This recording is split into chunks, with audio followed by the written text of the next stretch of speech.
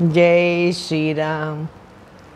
शुक्लांबरधरं विष्णुं शशिवर्णं चतुर्भुजं प्रसन्नवदनं ध्याये सर्वविघ्नोपशान्तये।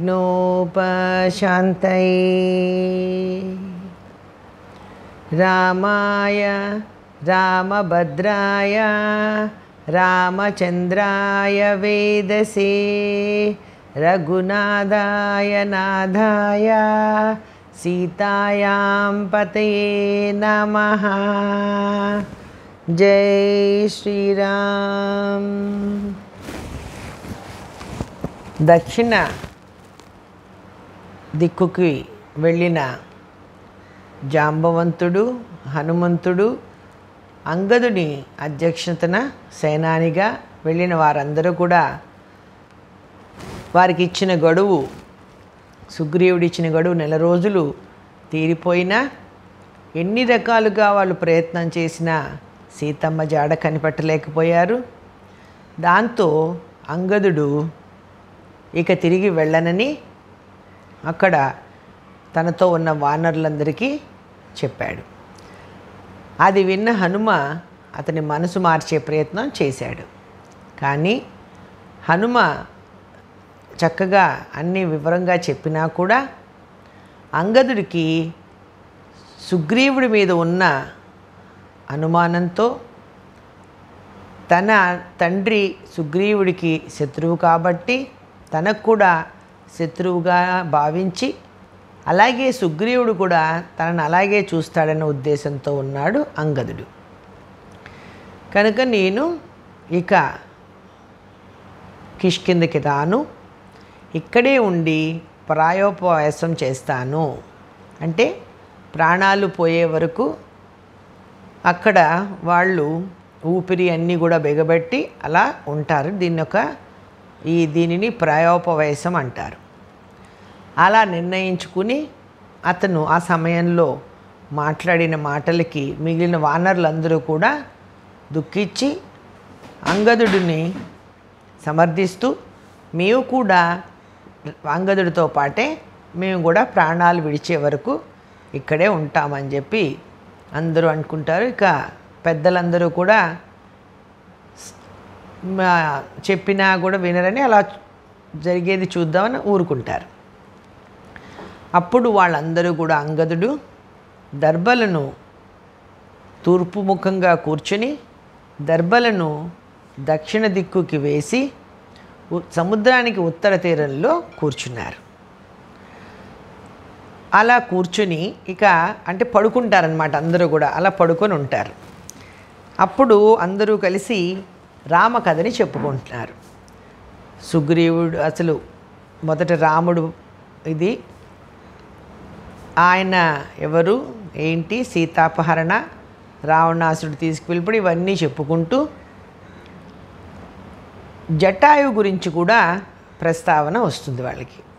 అలా జటాయు మహానుభావుడు రాముడికి సహాయం చేశాడు.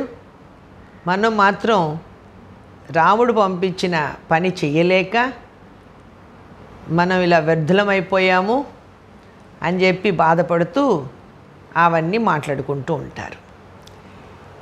ఎప్పుడైతే రామకథ చెప్పబడుతుందో, ఎక్కడైతే రామకథ చెప్పబడుతుందో ఎవరైతే వింటారో అక్కడ వారికి తప్పకుండా శుభమే జరుగుతుంది.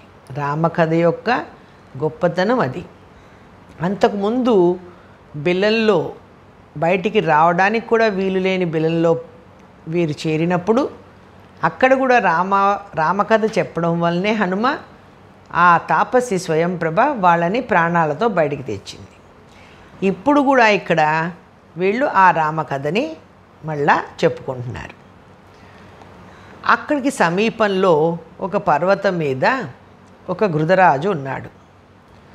గరుత్మంతుడు అంటే గరుడు వంశాన్ని మామూలుగా గృధరాజు అని గృధలు అని పిలుస్తారు. అతను కూడా చాలా పెద్దవాడు. అతని పేరు సంపాతి. ఈయన ముందుగా వీళ్ళందరినీ కూడా ఇలా ప్రాయోపవేశం చేసి పడుకోవాలని ప్రాణాలు వదలాలని అనుకుని ఉండడం అంతా కూడా విన్నాడు. విని ఆహా, ఆయన కదలలేడు. బా, నాకు చక్కటి భోజనం దొరికింది, వీరు నిజంగానే ఇలా ఉంటే నేను చాలా రోజులు ఆహారం కోసం వెతుక్కోక్కర్లేదు, వీళ్ళని ఒక్కొక్కరుగా తిన్నా కూడా నాకు చాలా రోజులు ఆహారం సరిపోతుంది అనుకుంటూ ఉంటాడు. ఒకవేళ కొన ప్రాణాలతో ఉన్నా తినేయచ్చు అనుకుంటూ ఉంటాడు. అలా అనుకున్నప్పుడు అప్పుడు రామకథని వింటాడు. విని అందులో జటాయువు పేరు రాగానే ఆయన ఆ కొండ మీద నుంచి పిలుస్తాడు. ఓ ఎవరమ్మా ఇక్కడ జటాయువు గురించి చెప్పుకుంటున్నారు, మీకు ఎలా తెలుసు ఆ జటాయువు అని అరుస్తాడు. ఆ కేకలు విని వానరులందరూ చూస్తారు. చూసేటప్పటికి అక్కడ ఈ గరుడ పక్షి కనిపించి దాని ఆకారం చూసి వాళ్ళు భయపడతారు. అమ్మో, ఇప్పుడు ఇది మనల్ని తినేస్తుంది, లేకపోతే రాక్షస రూపంలో ఉన్నదేమో ఆ రూపంలో, అలా అనుకొని వాళ్ళు భయపడతారు. నన్ను ముందు కిందకి దించండి, నేను కిందకి రాలేను, మీరు భయపడద్దు నన్ను చూసి అని చెప్తాడు. సరే, ఎలాగో మనం చనిపోవాలని అనుకుంటున్నాం కదా, మనంతట మనం చనిపోతే ఏమి, ఆ గ్రద్ద తినేస్తే ఏమి అని చెప్పి ధైర్యం చేసి వీళ్ళు అతని దగ్గరికి వెళ్తారు. వెళ్ళి జాగ్రత్తగా అతన్ని తీసుకుని కిందకి తీసుకొస్తారు. వెంటనే అందరూ లేచి కూర్చుంటారు. మరి కొత్త విషయం జరిగింది కదా ఇక్కడ. లేచి కూర్చునేటప్పటికి వెంటనే హనుమ అమ్మయ్య అనుకుంటాడు, ఇక్కడ ఒక పెద్ద పని తప్పిపోయింది కదా. అలాగే ప్రమాదం నుంచి తప్పించబడతాయి. వెంటనే హనుమ మొదలైన వారు అడుగుతారు, నువ్వెవరు ఏంటి అని. అప్పుడు ఆ గృధరాజు చెప్తున్నాడు, నా పేరు సంపాతి, నా తమ్ముడు జటాయువు, మీరు ఇప్పుడు జటాయువు గురించి చెప్పారు కదా, అందుకే విని నేను మిమ్మల్ని పిలిచాను. మేము గరుత్మంతుడి తమ్ముడి కుమారులం. కశ్యప ప్రజాపతికి ఆయన భార్యలకి సమస్త జాతి కూడా జన్మించింది. అంటే పక్షులు, చెట్లు, కొండలు, నదులు, నదాలు ఇలాంటివన్నీ కూడా కశ్యపుడి సంతానమే. ఆ కశ్యపుడి భార్యల్లో వినత అన్న ఆవిడికి గరుడ పక్షులు మొదలైనవి జన్మించాయి. ఆ వినత కుమారులు కాబట్టి వైనతేయులు అని పిలుస్తారు. అందుకే గరుత్మంతుడికి వైనతేయుడు అని కూడా మరొక పేరుంది. ఆ వినతకి గరుత్మంతుడు, అరుణుడు అని ఇద్దరు కొడుకులున్నారు. అందులో అరుణుడి పిల్లలం మేమిద్దరం అని తన గురించి చెప్తున్నాడు.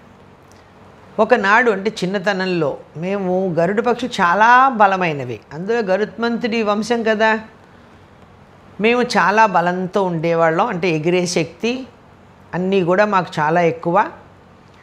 చిన్నతనంలో మేము ఒకసారి అన్నదమ్ములు ఇద్దరం, జటాయువు నేను ఇద్దరం, మనం ఎంతవరకు వెళ్ళగలం, సూర్యుడి దగ్గరికి వెళ్ళగలమా, అంతవరకు ఎగరగలమా అని మేము ప్రయత్నం చేసాం.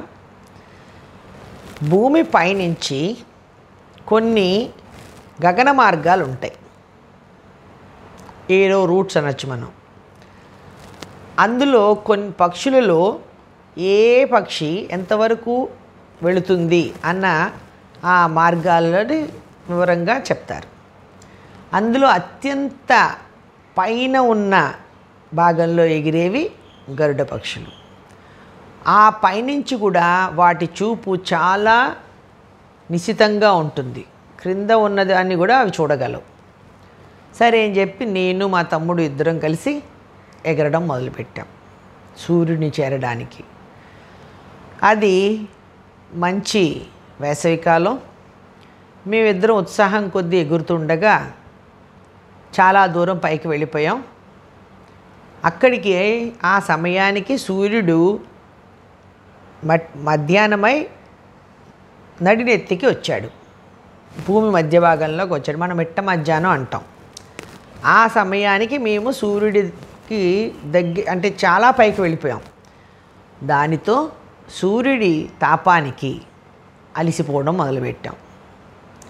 సూర్యకిరణాల తీవ్రతకి మాకు శోష వచ్చింది, అంటే స్పృహ తప్పడం మొదలుపెట్టింది.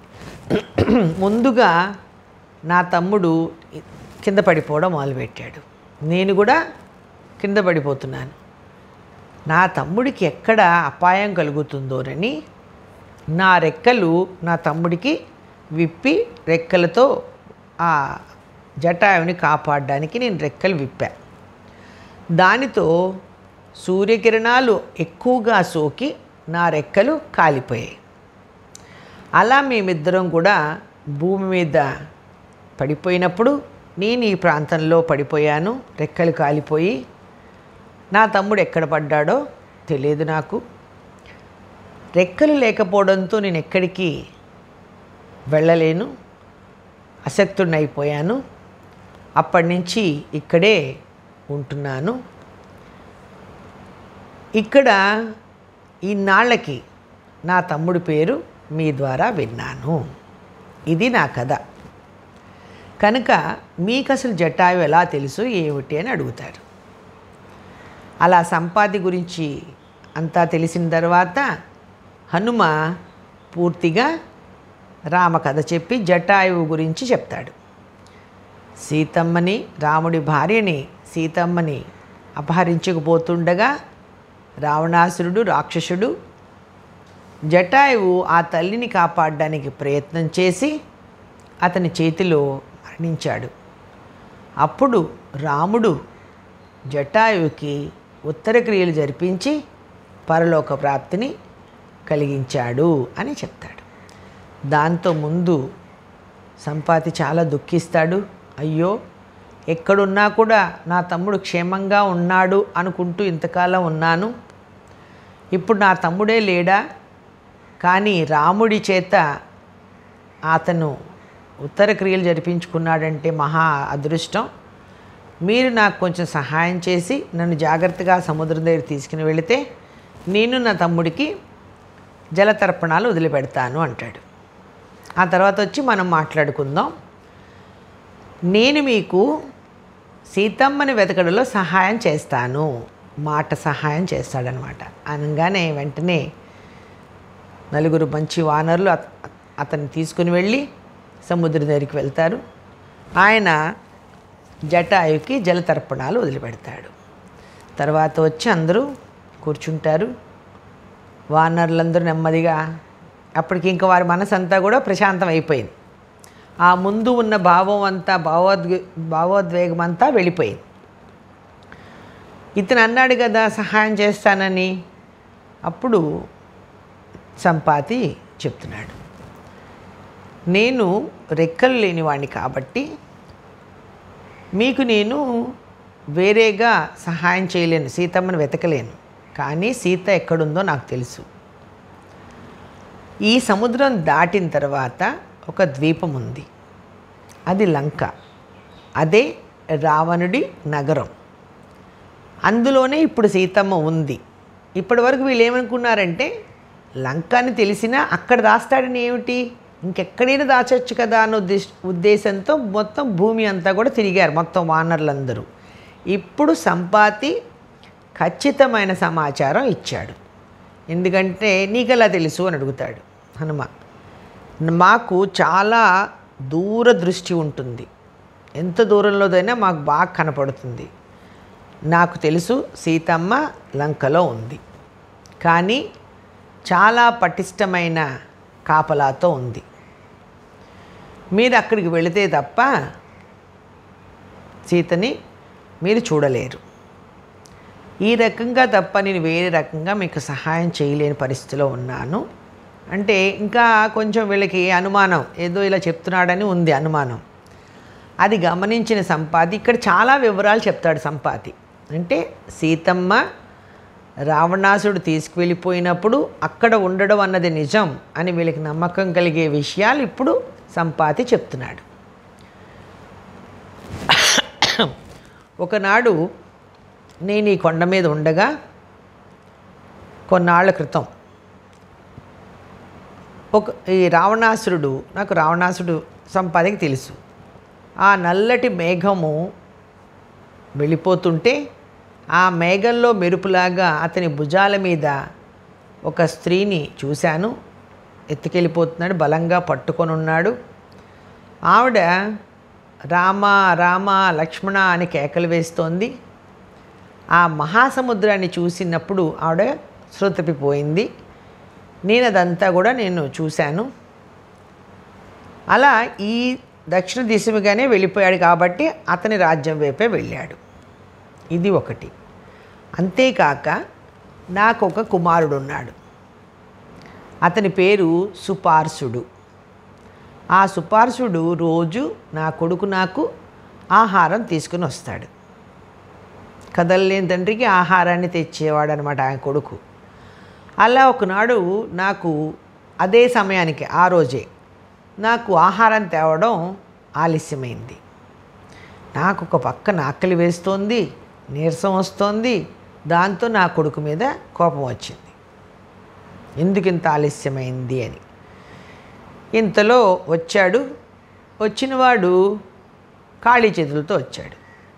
అది చూసి ఇంకా కోపం వచ్చి నా కొడుకుని మందలించాను, ఏమీ ఇలాగా ఇంత ఆలస్యమైందని. అప్పుడు నా కొడుకు చెప్పింది ఏంటంటే, ఆహారం కోసం సముద్రం మీద కొండలు ఉంటాయి కదా, 2 కొండల మీద కాళ్ళు పెట్టి, మరి పెద్దవి కదా, ఆ కింద మధ్య భాగంలో సముద్రంలో జలచరాలు వాళ్ళకి బాగా కనపడతాయి. అలా ఏదైనా మంచి బలమైన ఆ సముద్రపు జంతువు ఏదైనా కనపడితే దాన్ని పట్టుకోవడానికి వేట కోసం ఎదురు చూస్తున్నాడు సుపార్సుడు. ఇంతలో అటువైపుగా రావణాసురుడు వెళ్తున్నాడు ఆకాశ మార్గంలో. అయితే అతను వెళ్ళే దారికి ఇతను అడ్డున్నాడు, ఇతను దాటి వెళ్ళాలి. నా కొడుకు ఆశ్చర్యంగా చూస్తుండగా అనుకోకుండా రావణాసురుడు వాడితో యుద్ధం చేయాలని ప్రయత్నం చేయలేదట. ఇక్కడ అతనికి నమస్కరించి నాకు దారి ఇవ్వమని అడిగాట. అప్పటికే అక్కడ జటాయువుతో యుద్ధం జరగడం, సీతమ్మని ఆ తల్లి గిలగిలలాడడం, దీనితోటి తొందరగా తన రాజ్యం వెళ్ళిపోవాలనే దాంట్లో ఉన్నాడు రావణాసుడు. ఏ అడ్డంకులు వచ్చినా సరే ఇప్పుడు యుద్ధం చేసే ఉద్దేశంలో లేడు. అనుకోకుండా ఇక్కడ ఈ సుపార్సుడు కూడా యుద్ధం చేయాలని ఏం అనుకోలేదు. ఆయన ఎప్పుడైతే నమస్కారం చేసి నాకు దారి వదిలమన్నాడో వెంటనే నా కొడుకు దారి వదిలేశాడు, అతను వెళ్ళిపోయాడు. అప్పుడు ఒక గొప్ప విచిత్రం జరిగింది.